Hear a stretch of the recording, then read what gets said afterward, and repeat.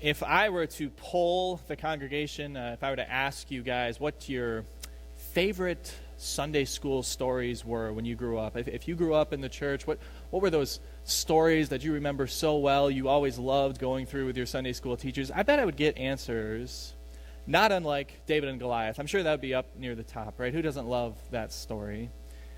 Maybe I'd get answers like Noah's Ark, maybe Joshua and the Battle of Jericho. I still remember the Veggie Tales with all those peas and everyone, going around the city, this impenetrable fortress. And I think there's a reason why we as kids, we resonate with those kind of stories. They inspire us. You've got people who are complete underdogs, backs up against the wall, facing impossible odds, and yet those heroes of faith, they stand firm and they say, if God is going to tell me to stay, I'm going to stay. If he tells me to go, I'm going to go. If he tells me to fight, I'm going to fight no matter what odds I'm facing. And as a kid, I think we walk out of those stories thinking, man, my God is awesome. He can do anything. I don't have to be afraid of anything. But then as we grow older, I don't necessarily think that those stories inspire us quite the same way that they did when we were kids, and I think I know why. When you were a kid, what was it that you were afraid of? If we could bring 7-year-old Kendall Cook right here and ask him, okay, little Kendall, what were you afraid of? He would probably say things like, I am afraid of the deep side of the pool because I can't swim. I can't tread water. I'm afraid of the dark. What kid isn't? I'm afraid of being picked last in gym class. I was not an athletic kid.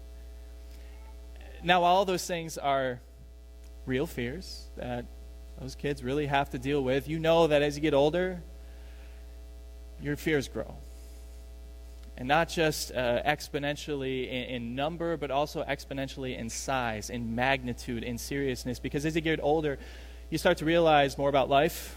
You get more responsibilities. You become an adult, and you see every single day real life issues. Big, scary beasts that can strike fear into your heart, that can affect you in so many ways. And suddenly you kind of look, and your childlike faith isn't necessarily so childlike anymore. And that's not necessarily a good thing.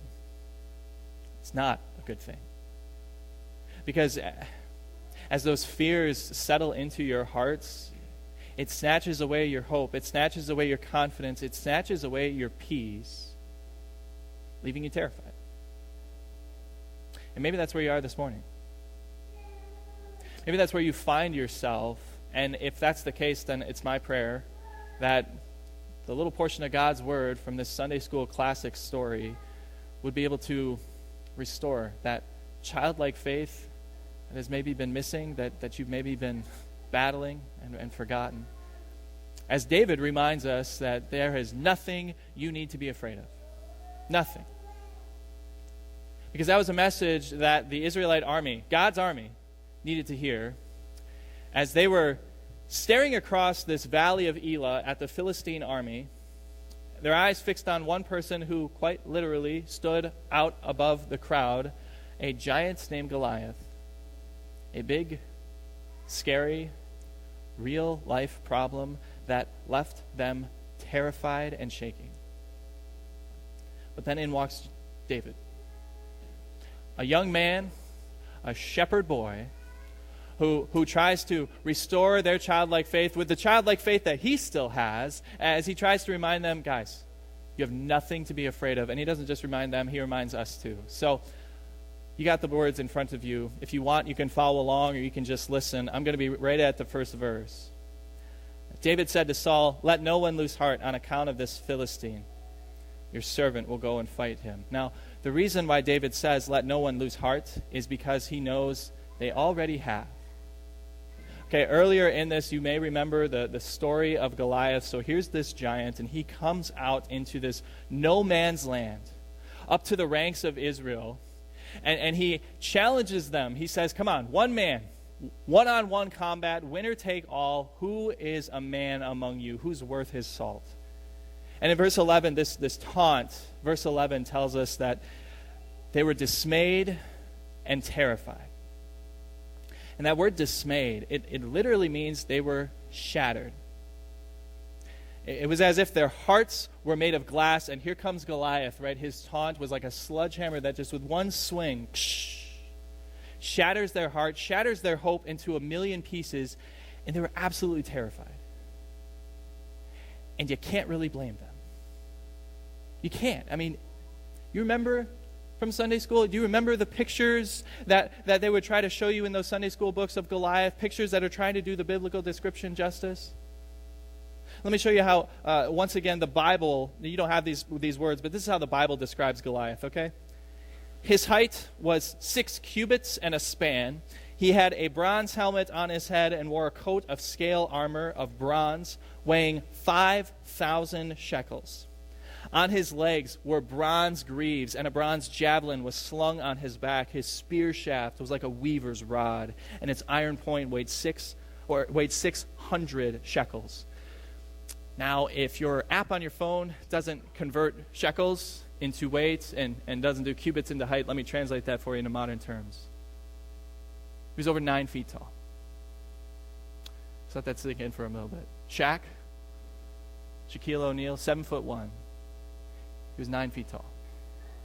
Right, if he was on your basketball team, I figured that would be a guarantee that you would have an undefeated record. I really do, because I would just say, go stand over by the hoop. I'm just going to take the ball, lob it up somewhere near the rim, and all Goliath would have to do, reach his hands up, grab the ball, and just alley-oop it into the hoop without his feet ever leaving the ground. He was quite literally a giant. Except the only jersey that he was ever interested in wearing was the 125 pounds of bronze scale armor protecting his entire midsection. And that doesn't even mention the greaves that went all the way down to his feet, the helmet on his head. And it wasn't a basketball that you had to worry about being in his arms. It was that massive spear-like javelin on his back with a business end that weighed 15 pounds. Take a shot put. Now take another shot put. And put those two together. That's about 15 pounds. And as you can remember, just imagine, I rather, putting that out on a long spear, how hard that would be to swing that around. This guy, piece of cake. Swings it around with ease, lunges it, and can throw it with deadly accuracy. You put this description together, this guy was a champion. He was an undefeated hero who walked out twice a day, morning and evening, for 40 straight days, right up to the Israelite ranks. And he taunted them. Come on. Someone, I'm begging you, I'm daring anyone, come out and fight me. And every step that he took closer to those Israelite ranks made their hearts and their morale sink lower. Every breath that defied their God and defied their armies was like another hammer just going at their already shattered hearts, more and more pieces, leaving everyone for 40 days wondering, how much more of this can we take? Do you have a Goliath, a giant like that in your life? What is it in your life that is causing you to shake in terror in your spiritual armor? Maybe you don't call it Goliath. Maybe for you it's your entire financial situation.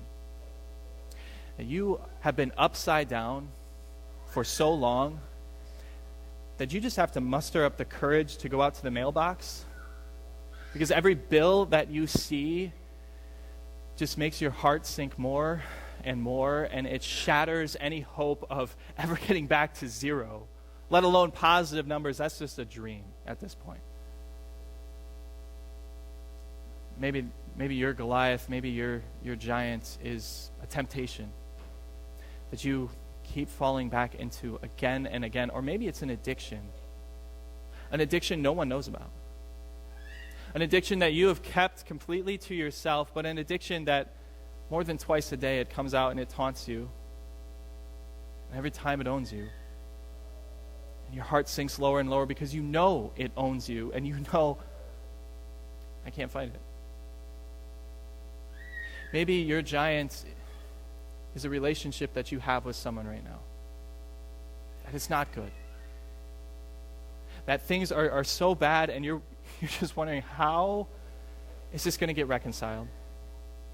And maybe there's a part deep down inside of you that says, I don't even know if I want it to be reconciled. I don't even know if I want things to go back to the way they were.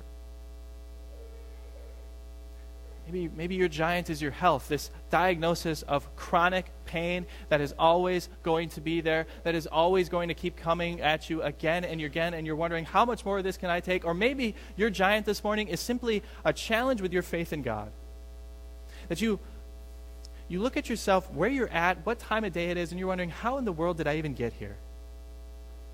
Because you've been in a deep, dark valley for so long that God seems so incredibly far away. Is there a giant in your life that is making you wonder, how much more of this can I take?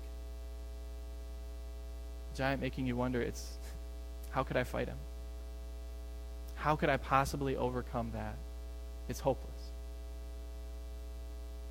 That's exactly what Saul thought and said to David. He said, David, it's hopeless. You can't fight him. And David gave him two reasons which really are also two reasons that we convince ourselves as we face our giants. Listen to what Saul said. He said, you are not able to go against this Philistine and fight him. You are only a young man, and he has been a warrior from his youth. First reason Saul gave him had everything to do with David. He says, David, look at yourself. You're a boy. You are the youngest of all your brothers. You keep sheep for a living, okay? You try to watch over dumb little sheep who always seem to wander off and find themselves in the worst situations. No offense, David, but you probably never wielded a sword in your life. And okay, on the off chance that you have, David, do you really know the first thing about engaging a soldier, let alone a giant? And the second reason Saul gave him that it was totally hopeless had everything to do with that giant. He says, David, look at him. Look at him. You keep sheep for a living. He eats a sheep a day for breakfast, David. Come on. David, he is a trained, undefeated killer who has been fighting longer than you have been alive. You are a size 27 slim fit. He can't even fit into a size 55 big and tall. David. Everyone knows that when you go out and fight, the first thing you do before you do that is you size up your opponent. You examine your opponent, and then you examine yourself. How do I match up? Except what Saul didn't realize, David had already done that. Listen to what David says in reply. He says, your servant has been keeping his father's sheep, and when a lion or a bear came and carried off the sheep from the flock, I went after it, struck it, killed it, rescued the sheep from its mouth, and when it turned on me, I seized it by its hair, struck it, and killed it. Now, I think it's safe to say that probably every single one of you, the only lions and bears you've ever seen are the ones behind the safety glass at the zoo. They're cute, they're cuddly, it's awesome, except David didn't have that luxury, obviously. Every day he would shepherd, he faced a real threat, not just on his sheep, but on himself. And when a lion, a bear, a predator like that would come to his flock, the shepherd might just count his losses and run for his life, but David was no normal, regular shepherd. He dropped everything. He booked it after that predator. He grabbed it by the hair, reached into its jaws, took that sheep out from its clutches, and he did not leave until that bear, until that lion was dead and could never harm that flock again. And you say, that's impressive. I couldn't do that. That's pretty good, but that lion, that bear was not branded the latest technology in fighting and armor. David, you might be a scrappy fighter, I'll give you that. But if it's a battle of you versus your giant, I'm sorry. I'm still going to take your giant. David, you have to understand your own limitations. David did. This is what he says next. Your servant has killed both the lion and the bear, and this uncircumcised Philistine will be like one of them, because he has defied the armies of the living God. The Lord who rescued me from the paw of the lion and the paw of the bear will rescue me from the hand of this Philistine. Sometimes when you hear this story preached, Sometimes when you read about this story in a book that's supposed to inspire you, this is the message that you get to hear. Wow, David. How brave, how courageous is he, right? You need to be brave. You should be courageous like David. And while I suppose there's some truth to that, it totally misses the point of what David just said. The question to get to the heart of the issue, friends, is not how can I be brave and courageous and bold like David? The question you need to ask yourself is this: why is David so bold and so filled with hope and courage? Where does he get it from? From fighting a lion and a bear? No. Did you catch it? Let me read it one more time. The Lord who rescued me from the bear and the lion will rescue me from the hand of this Philistine. David was not bragging about his own strength and his kills and his achievements. He was boasting in the Lord. Not about what he could do, but what the Lord could do. See, for 40 straight days, the king of Israel, the army of Israel, had been so caught up in sizing up their giant, seeing how massive, how impossible the odds looked to take him on one, that they had forgotten. They had forgotten who's on their side. They had forgotten whose side they are on. And David came in and reminded them. He said, this battle is not man versus giant, this battle is the Lord's. And he made that so crystal clear, not just here, but those were the last words that he said to Goliath when he faced him in that no man's land, in that valley, in that dark valley. This is what he said, the last words that David said to Goliath: all those gathered here will know that it is not by the sword or the spear that the Lord saves, for the battle is the Lord's, and he will give all of you into our hands. It was as if all the Israelites were saying, David, are you crazy? This guy is an undefeated killer. And David would have said, that's funny. My God is undefeated ever since creation itself. No, the Israelites would have said, no, David, you just don't get it, okay? With one swing of his sword, he could split you in two. And David would have said, that's funny. My God took an entire sea, you may have heard of it, called the Red Sea, and he split it in two and let an entire nation walk on dry ground. And then when an army came in hot pursuit of them, he just let the sea go back and destroyed an entire army as if it was nothing. You guys tell me, who's more impressive? That giant or the God who made that giant?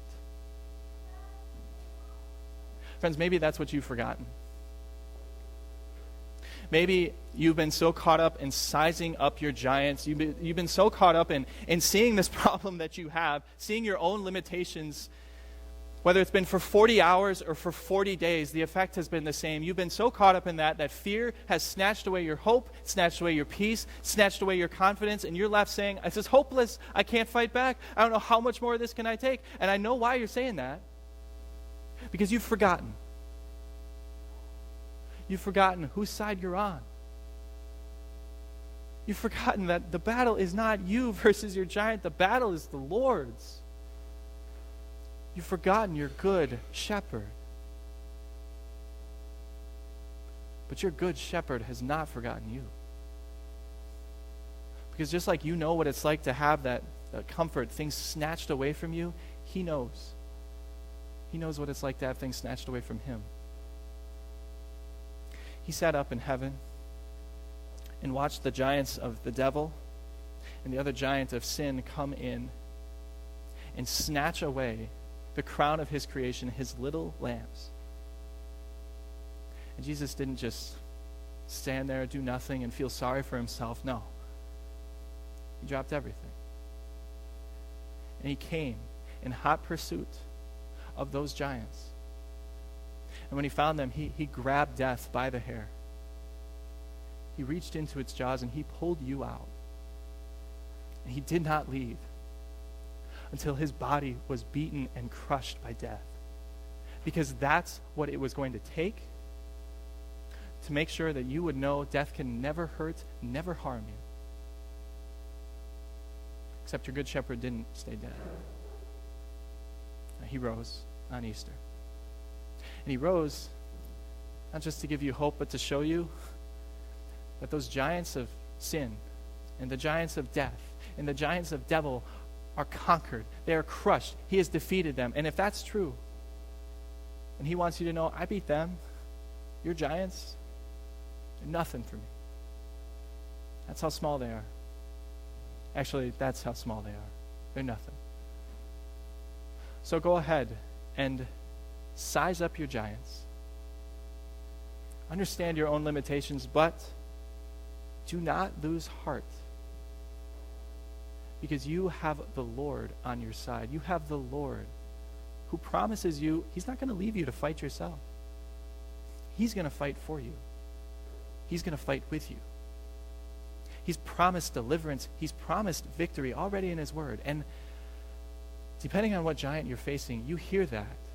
And you say, okay, I want to know how. How is he going to deliver me? How is this victory going to come about? But friends, not even David knew that. David picked up how many stones? And yet all it took was just one. The only thing he knew was victory was certain.